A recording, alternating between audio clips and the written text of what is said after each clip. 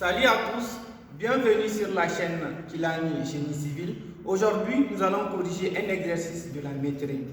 TD numéro 2, maîtrise deuxième année Génie Civil de l'École supérieure de technologie de Meknès. Si vous êtes nouveau sur cette chaîne, je vous demande de vous abonner, aimer cette vidéo et aussi de la partager avec moi. Par la grâce de Dieu, vous allez comprendre bien le maîtrise. Exercice numéro 2 et numéro 1, ça parle d'un mur. Donc ça c'est un mur simple et on a coupé le mur, voilà ce que ça a donné. Vous pouvez voir la première partie qui est le chaperon. Après le chaperon, ici on a la hauteur du mur et ici c'est la partie du terrassement. De quoi est composé le terrassement? On a d'abord la fouille, le béton de propriété, on a la semelle sur laquelle repose notre mur. Donc ça c'est un exercice simple. La question qu'on nous demande, c'est de calculer le terrassement. Dans le terrassement, il y a le déblai et il y a le remblai. C'est quoi le remblai? C'est quoi aussi le déblai? Le déblai, c'est le volume de terre qu'on a enlevé, qu'on a excavé, voilà, pour aller amener dans une décharge publique. Et le remblai, c'est après la construction, c'est qu'on a remblayé, le vide qu'on a comblé avec le sable. C'est ça le remblai. Et ici après, on nous demande de calculer le volume du béton de semelle. Le volume du semelle, c'est ça. La semelle, son volume tout au long de notre mur. Et aussi, on nous demande de calculer le béton du chaperon, le volume de ça. On nous demande également de calculer la surface d'enduit et aussi le volume du béton de propriété. Sans trop tarder, nous allons passer aux réponses. Voilà. Pour répondre à ces questions, il faut établir bien sûr un tableau de maîtrise qu'on appelle feuille du maîtrise. Ici, on a le numéro, désignation des ouvrages, unité et la quantité. Bien sûr, vous trouverez d'autres types de tableaux, mais pour cet exercice, on va adopter celui-là. Donc, la première question, c'est on a terrassement. Voilà, dans le terrassement, on a ça. On va commencer par le déblai. Voilà, le déblai. C'est quoi le déblai? Le déblai, c'est tout simplement le volume. Je vous ai fait un schéma comme ça, ici, le schéma. Donc, pour bien comprendre la figure. Donc, voilà la partie du déblai, cette partie. Voilà. Donc, qu'est-ce qu'il faut faire? Il faut prendre cette longueur. Cette longueur, c'est quoi? Donc, je vais faire ici, on a 0,15 parce que l'unité ici, c'est en centimètres. 0,15 plus 0,05 plus 0,40 plus 0,015 plus voilà, 0,05 plus excusez-moi plus 0,15 plus voilà, et à la fin on va trouver combien? On va trouver 0,80 mètres. C'est pour vous dire que la largeur de cette fouille est égale à 0,80 mètres. Donc je viens ici, j'écris 0,80 mètres. Ça, c'est la largeur. Il faut faire fois la profondeur de la fouille. La profondeur de la fouille, c'est ici, ça. La profondeur de la fouille. Donc, je vais faire 0,40 plus 0,10. Ce qui va me donner combien? Ici, ça va donner 0,50 mètres. Donc, j'ai fait la largeur fois la hauteur. Donc, ici, ça va donner 0,50. Maintenant, ce n'est pas fini parce que normalement, c'est un volume. On a fait la largeur fois la hauteur. Il faut faire fois la longueur totale, la longueur de notre mur. Donc, c'est ici la longueur du mur. Ici, c'est donné. Donc, on a 5,50 mètres. Tout au long de notre mur, la longueur du mur est égale à 5,50 mètres. Donc, on fait fois 5,50. La largeur fois la hauteur fois la longueur totale. Ce qui va nous donner une unité en quoi? Normalement, ça va donner une unité en mètres cubes. Maintenant, je prends ma calculatrice et puis je calcule. Voilà.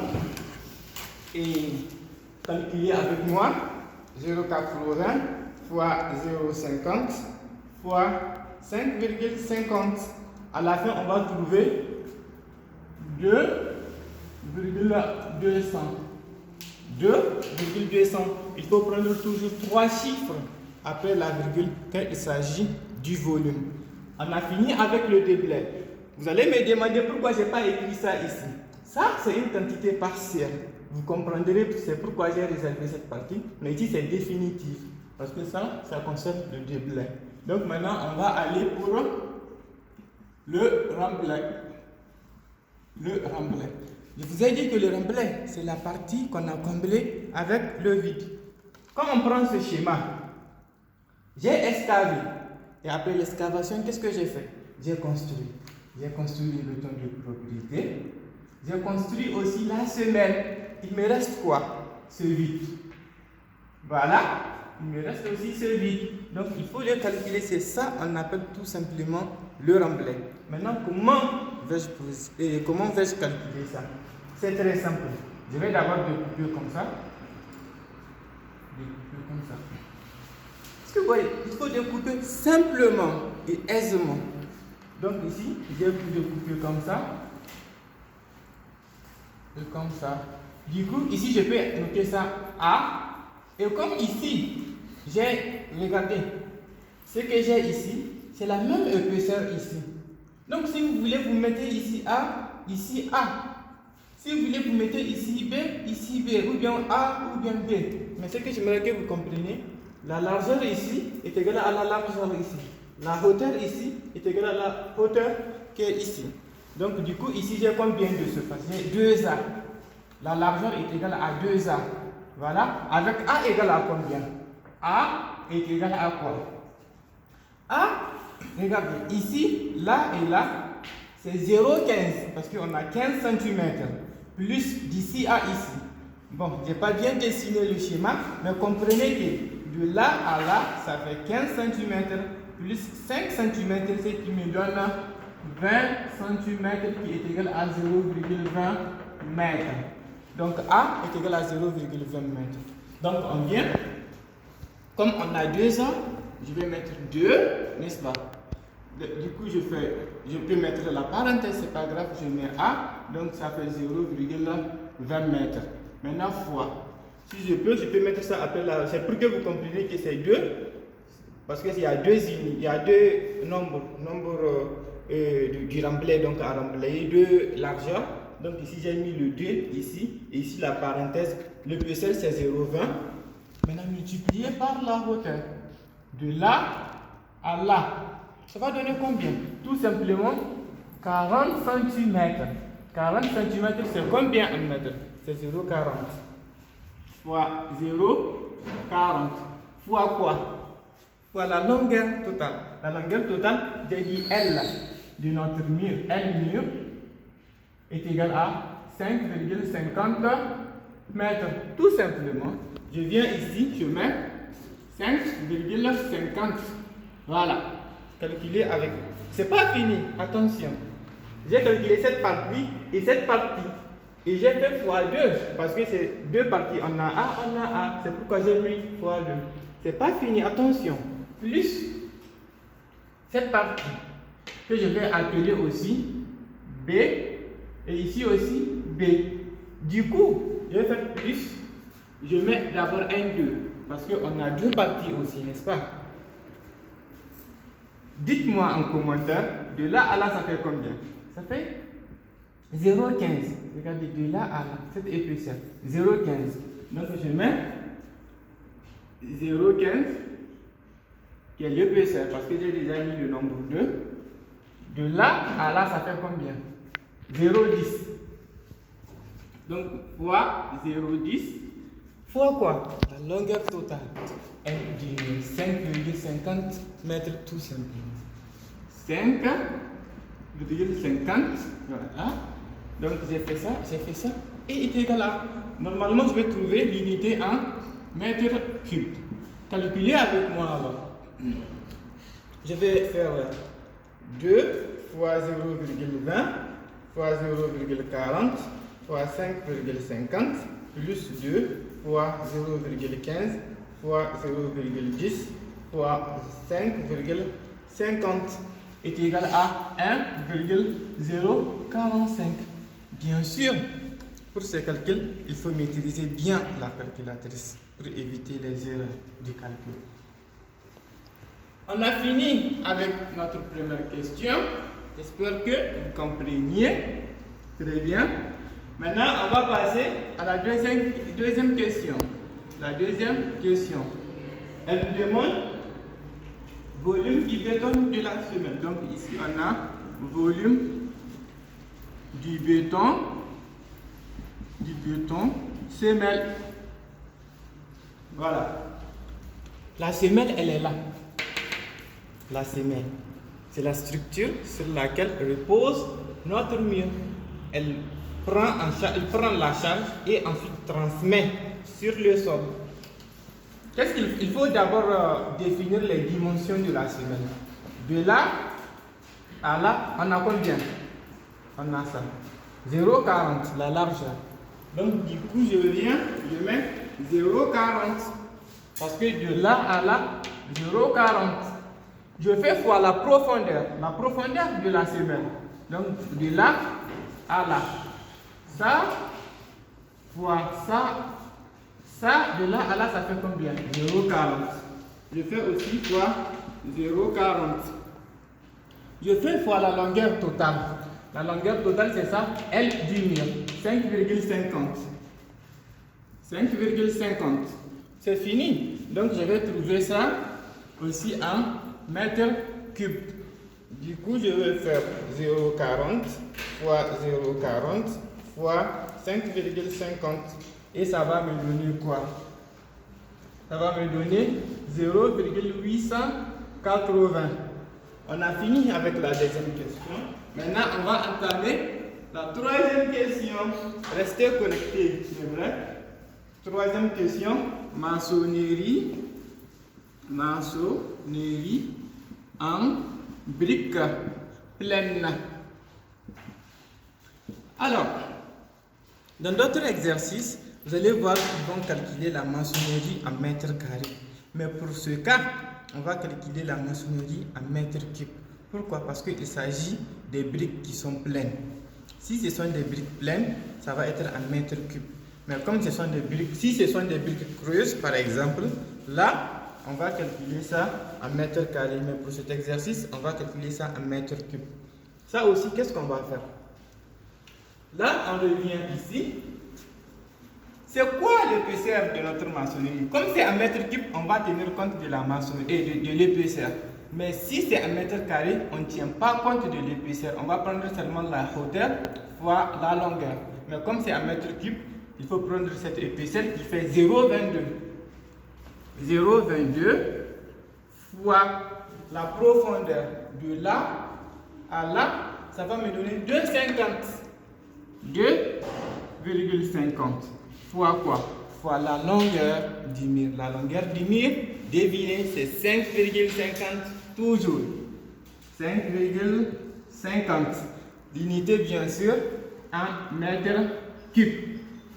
Calculez avec moi 0,22 fois 2,50 fois 5,50 et ça va donner 3,025. Voilà. Ça, c'est la troisième question. Concernant la quatrième question, c'est quoi? Béton du chaperon.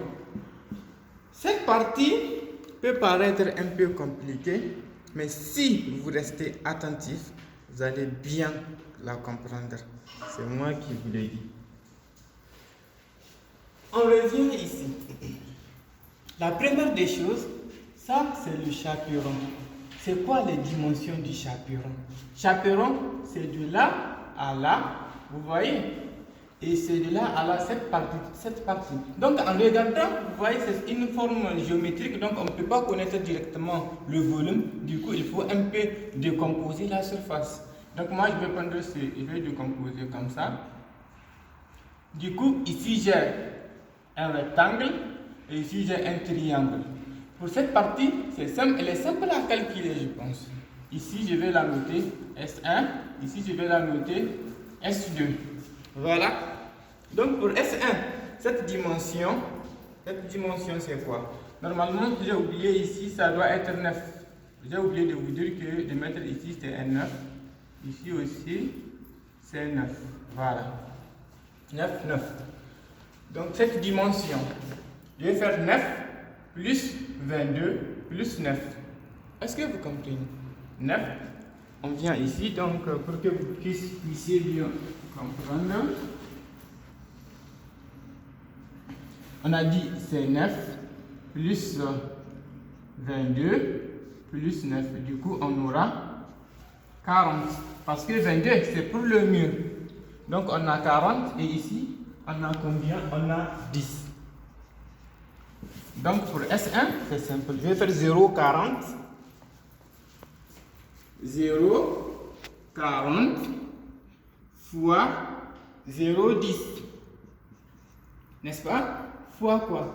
La longueur du mur, la longueur totale qui est égale à 5,50.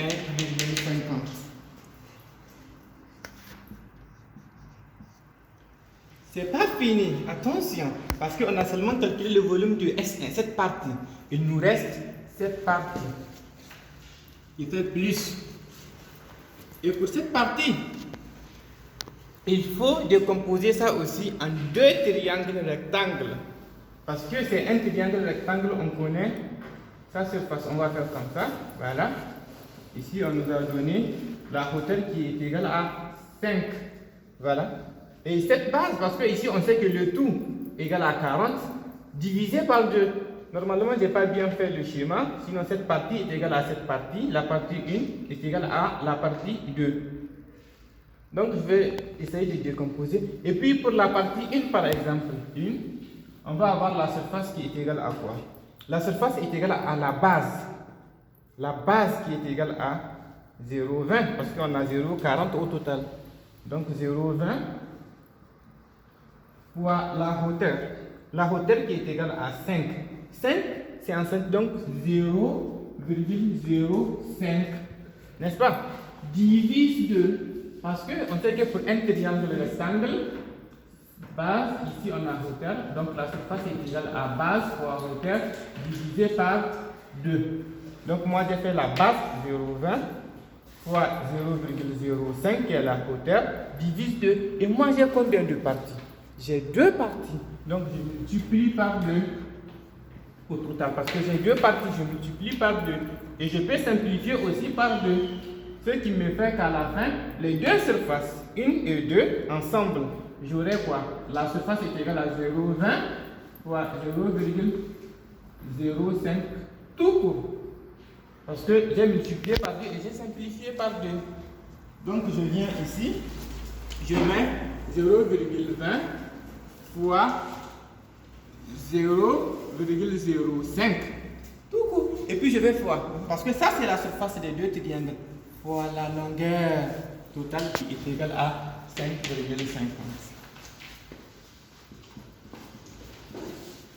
Et là, je vais trouver ça aussi en mètres cubes. Mais beaucoup d'entre vous, ils vont me dire, est-ce que ce monsieur-là, il n'a pas oublié quelque chose? Peut-être il a oublié cette partie. Voilà. Cette partie, d'abord, on l'appelle l'armier. L'armier, je ne sais pas si j'ai bien cette partie. Mais regardez, cette partie, elle est négligeable parce qu'on n'a même pas les dimensions de cette partie. Donc, elle est négligeable. Et puis, bon, je vous dis, je vous demande d'aller chercher son utilité et puis vous me mettez ça en commentaire. L'utilité de l'armier. Voilà. Donc, elle est négligeable. Du coup, je calcule.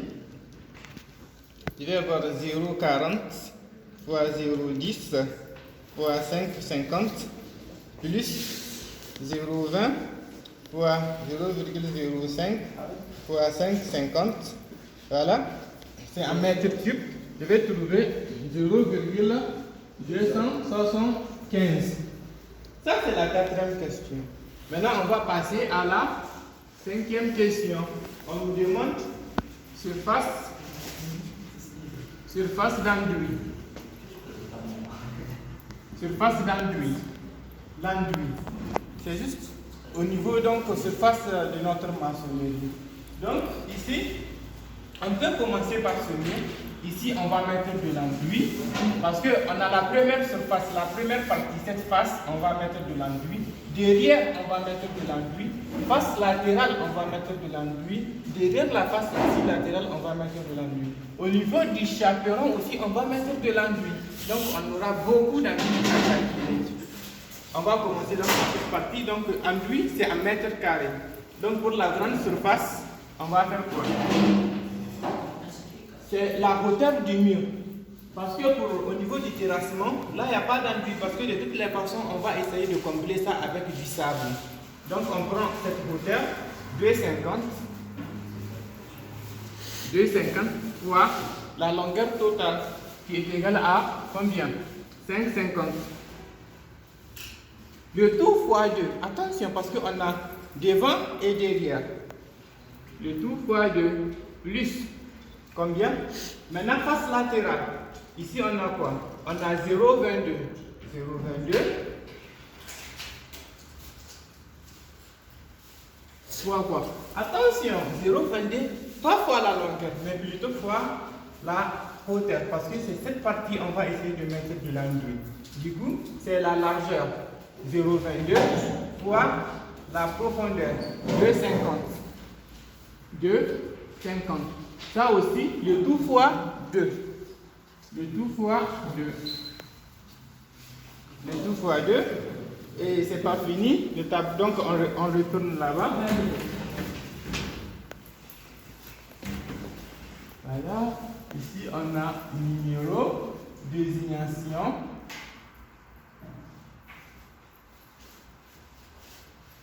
Unité, quantité, P partiel, ici définitif. Voilà. On n'a pas fini, donc on fait plus. Ici on a toujours 5 suite. La suite de la 5e question. Donc on fait plus.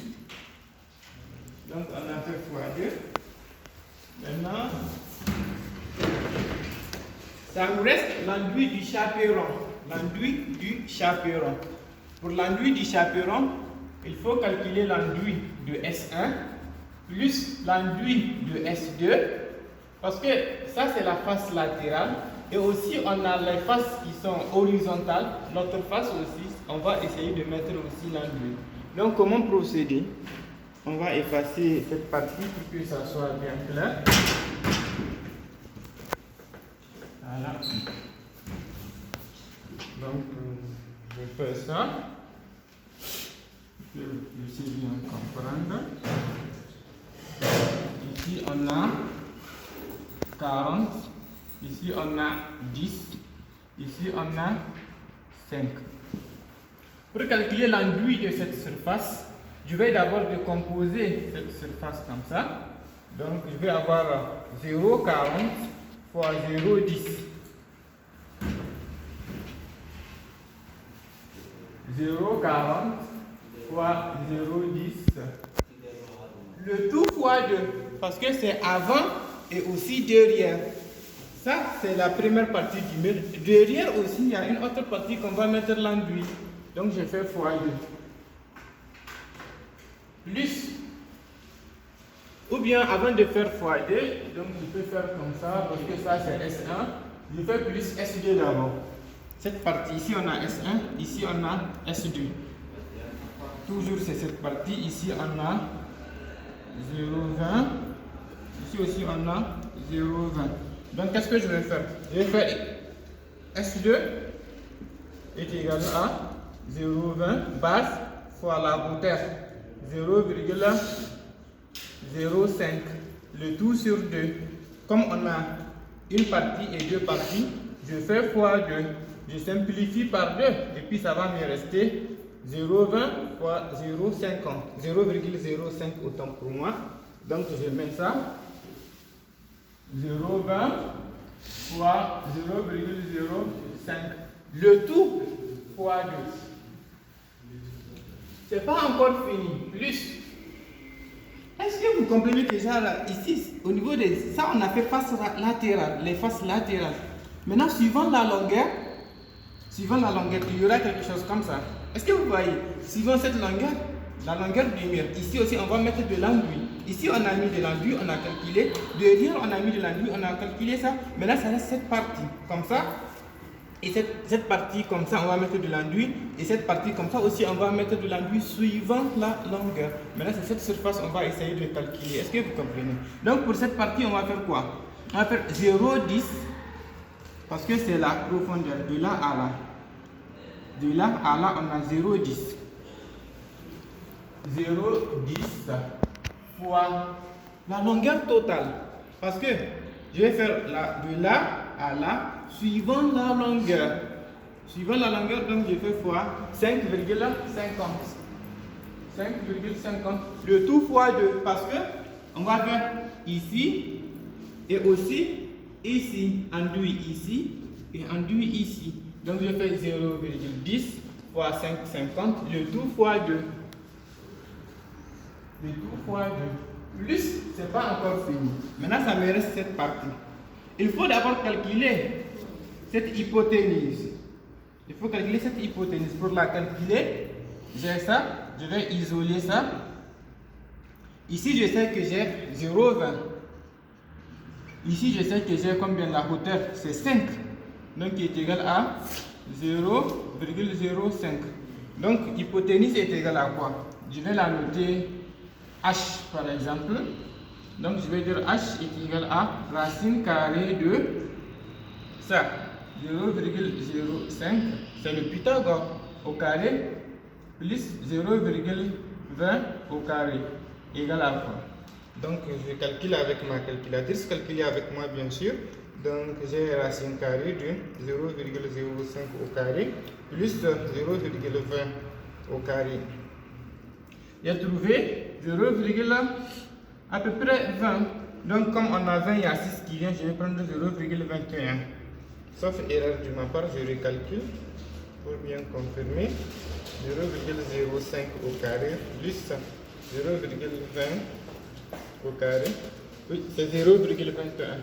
Donc l'hypoténuse est égale à 0,21. Donc du coup, qu'est-ce que je vais faire? Je vais faire, il suffit de faire...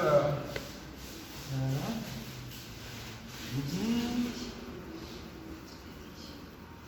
Pause,